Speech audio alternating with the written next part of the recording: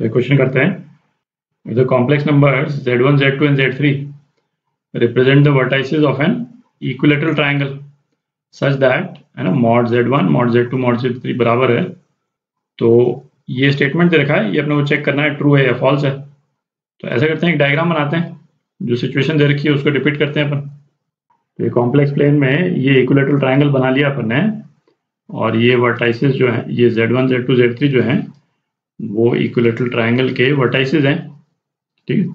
और हमने इस तरह से ड्रॉ किया है ताकि mod z1 mod z2 mod z3 बराबर हो, ठीक है। तो mod z1 जो है ये हो गया mod z1 mod z2 और ये mod z3 है ना। बेसिकली जो तीनों कॉम्प्लेक्स नंबर्स हैं उनका डिस्टेंस ओरिजिन से है ना, ये mod जो है उसी को रिप्रेजेंट करता है।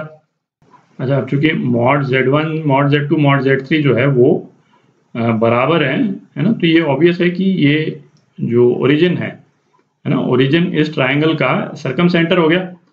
सर्कम सेंटर मतलब कि जो यदि हम एक सर्कल ड्रॉ करें इन पॉइंट्स को लेकर के, तो ओरिजिन जो है उस सर्कल का सेंटर हो जाएगा। ये वो सर्कल भी बना लेते हैं। तो ये पॉइंट ओ ओरिजिन जो है वो इस ट्राइंगल का सर्कम सेंटर हो गया है ना, इस सर्कल का सेंटर बेसिकली। अच्छा, और ये भी हमको मालूम है कि चूंकि ये ट्राइंगल इक्विलेटरल ट्राइंगल है, तो इक्विलेटरल ट्राइंगल के केस में जो सर्कम सेंटर होता है वो सेंट्रॉइड के बराबर होता है, सेंट्रॉइड। और सेंट्रॉइड क्या होता था, जहाँ पे ट्राइंगल के मीडियंस जो हैं वो मीट करती है ना, मीटिंग पॉइंट ऑफ मीडियंस। तो बेसिकली ये रेडियस जो अपने को दे रखा है, ये इसको यदि एक्सटेंड कर दें तो ये मीडियन का भी काम कर रहा है, ठीक है। अच्छा, और सेंट्रॉइड के कोऑर्डिनेट्स क्या होते हैं, कोऑर्डिनेट ज्योमेट्री में अपन देख चुके हैं। सेंट्रॉइड के कोऑर्डिनेट्स क्या होते थे, xc मतलब x कंपोनेंट ऑफ सेंट्रॉइड का component coordinate x1 plus x2 plus x3/3, और y कंपोनेंट सेंट्रॉइड का वो क्या होता था, y1 plus y2 plus y3/3।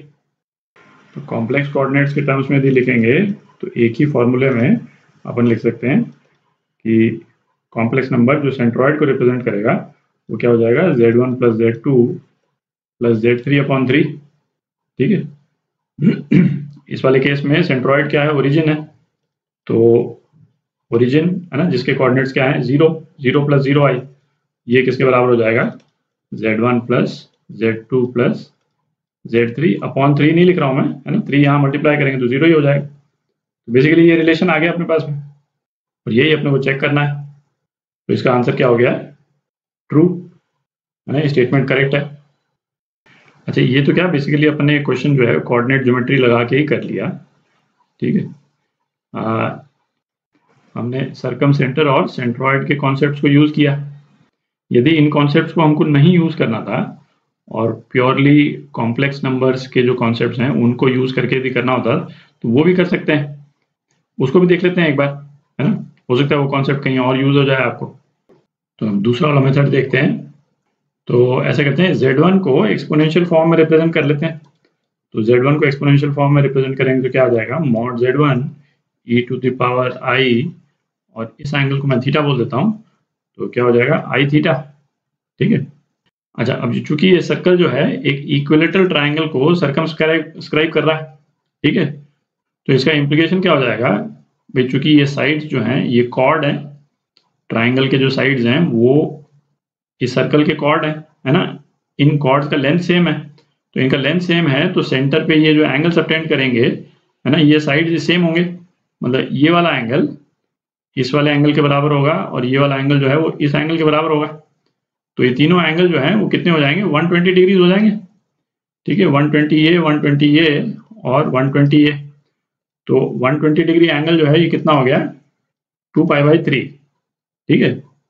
तो अब अपने को कॉम्प्लेक्स नंबर z2 यदि लिखना हो तो बेसिकली क्या है, z1 को हमने 120 डिग्री रोटेट कर दिया, ठीक है। अच्छा, मॉडुलस तो इसका सेम ही है तो उसकी तो चिंता करनी नहीं, तो हम यहाँ पे mod z1 ही लिख सकते हैं, है ना, उससे फर्क नहीं पड़ता। mod z2 लिखते, z2 z1 के बराबर ही है, और एंगल जो है हमने उसको रोटेट कर दिया 120 डिग्री, तो इस थीटा पे 120 डिग्री ऐड हो जाएगा 2π/3, ठीक है।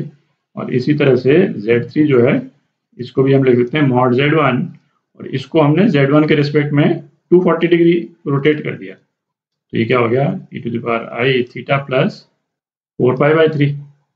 ठीक है, तो अब देखें अपन Z2 को हम और किस तरह से लिख सकते हैं, है ना, mod Z1 e⁻i theta into e⁻i 2π/3। ठीक है, और e⁻i 2π/3 ये क्या होता था, ये ओमेगा के बराबर होता था, complex cube root of unity. तो इसको हम क्या लिख सकते हैं, mod Z1 omega e⁻i theta. ठीक है, और Z3 को क्या लिख सकते हैं, Z1 e⁻i थीटा e⁻i 4π/3, और e⁻i 4π/3 ये किसके बराबर है, ओमेगा स्क्वायर के बराबर। तो इसको क्या लिख सकते हैं, mod Z1 omega square e⁻i theta. ठीक है, अब इन तीनों को अपन ऐड कर दें, Z1 plus Z2 plus Z3, तो अपने पास में क्या आ जाएगा, mod Z1 e⁻i theta 1 plus omega square ये आ जाएगा। ठीक है, और ये एक्सप्रेशन तो अपने को मालूम है 0 के बराबर होता है, तो ये किसके बराबर हो गया, 0 के बराबर हो गया। ठीक है, और यही अपने को चेक करना था, इनका सम जो है वो तीनों कॉम्प्लेक्स नंबर्स का सम जो है 0 के बराबर। ठीक है, तो आंसर वही है ऑब्वियसली। तो दूसरी तरह से अपन ने चेक कर लिया इसको। तो क्वेश्चन करते हैं, find the centre and radius of the circle formed by all points represented by z is equal to x plus i y satisfying the relation ये। तो z जो है वो एक सर्कल का लोकस है, और अल्फा बीटा जो है वो फिक्स्ड कॉम्प्लेक्स नंबर्स हैं। तो अपने को क्या एक्सप्रेशन दे रखा है, mod of z minus alpha upon z minus beta, ये जो है वो k के बराबर है। k जो है 1 नहीं है, और ये क्यों दे रखा है ये अभी क्लियर हो जाएगा, जैसे जैसे क्वेश्चन करेंगे इससे क्लियर हो जाएगा, है ना, कि ये क्यों दिया। तो इस एक्सप्रेशन में से हमको मॉड हटाना है। ठीक है, तो क्या करेंगे, दोनों तरफ अपन ने स्क्वायर कर दिया, और क्या रिलेशन अपन यूज कर रहे हैं, z कॉन्जुगेट ये किसके बराबर होता है, मॉड z स्क्वायर के बराबर। ठीक, तो ये एक्सप्रेशन क्या हो जाएगा, z minus alpha upon z minus beta into इसका कॉन्जुगेट। तो बेसिकली न्यूमरेटर और डिनोमिनेटर का कॉन्जुगेट। ठीक है, ये किस तरह से आता है तो अपन कई बार देख चुके हैं, सीधा ही लिख रहा हूँ, और ये किसके बराबर हो गया, k स्क्वायर के बराबर।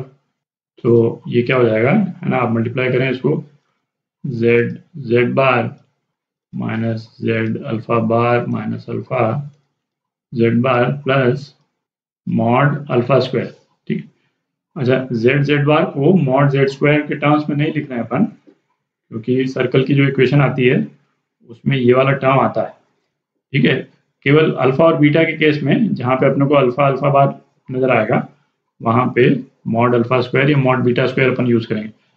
और राइट हैंड साइड में क्या हो जाएगा, k स्क्वायर, और इसको राइट हैंड साइड में ले जाते हैं, तो इसी तरह से ये एक्सप्रेशन आ जाएगा z bar minus z beta बार minus beta z bar plus mod beta square. ठीक है, ये एक्सप्रेशन आ गया।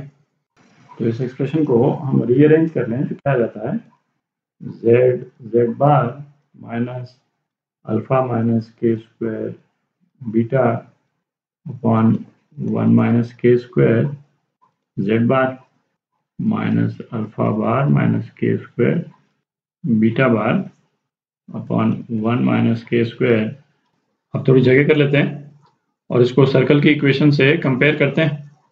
तो सर्कल की जो जनरल इक्वेशन अपन ने देखी थी, है ना, z के फॉर्म में, वो क्या होती थी, z bar minus z not into z bar plus minus z not bar into z plus z not square minus r square.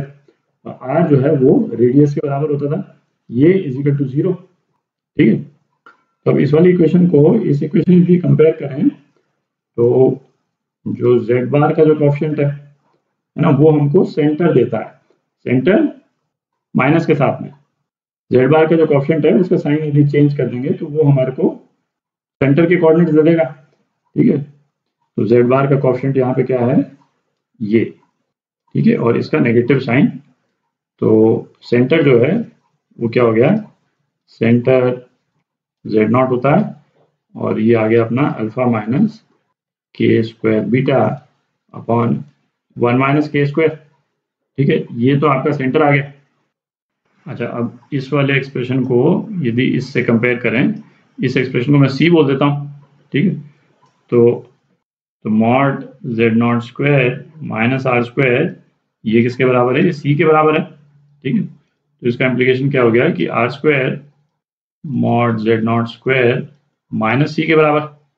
ठीक है, z0 हमने निकाल ही लिया है और c ये एक्सप्रेशन है ही, तो लंबा से कैलकुलेशन होगा, है ना। आप इसको करें तो आपके पास में r की वैल्यू आ जाएगी। ठीक है, कर ही लेते हैं उसको। तो आर स्क्वायर की क्या वैल्यू आ जाएगी, है ना, z0 स्क्वायर। तो z0 को z0 बार से मल्टीप्लाई कर देते हैं, तो ये क्या आ जाएगा, alpha minus k square beta upon 1 minus k square into z0 bar, alpha bar minus k square beta bar upon 1 minus k square. ये तो मॉड z0 स्क्वायर हो गया, और minus c minus mod alpha square minus k square mod beta square upon 1 minus k square. तो इसको आप, है ना, सब्ट्रैक्ट कर लें। 1 माइनस के स्क्वायर जो है वो यहाँ पे आ जाएगा, क्योंकि नीचे 1 माइनस के स्क्वायर का, है ना, का होल स्क्वायर है। तो 1 माइनस के स्क्वायर से ये वाली टर्म भी मल्टीप्लाई हो जाएगी, फिर माइनस हो जाएगी, है ना, कई चीज़ें कैंसिल आउट हो जाएंगी। आपके पास में जो एक्सप्रेशन आ जाएगा वो क्या आ जाएगा, k square alpha into alpha bar minus beta bar, और minus k square beta into alpha bar minus beta bar upon 1 minus k square.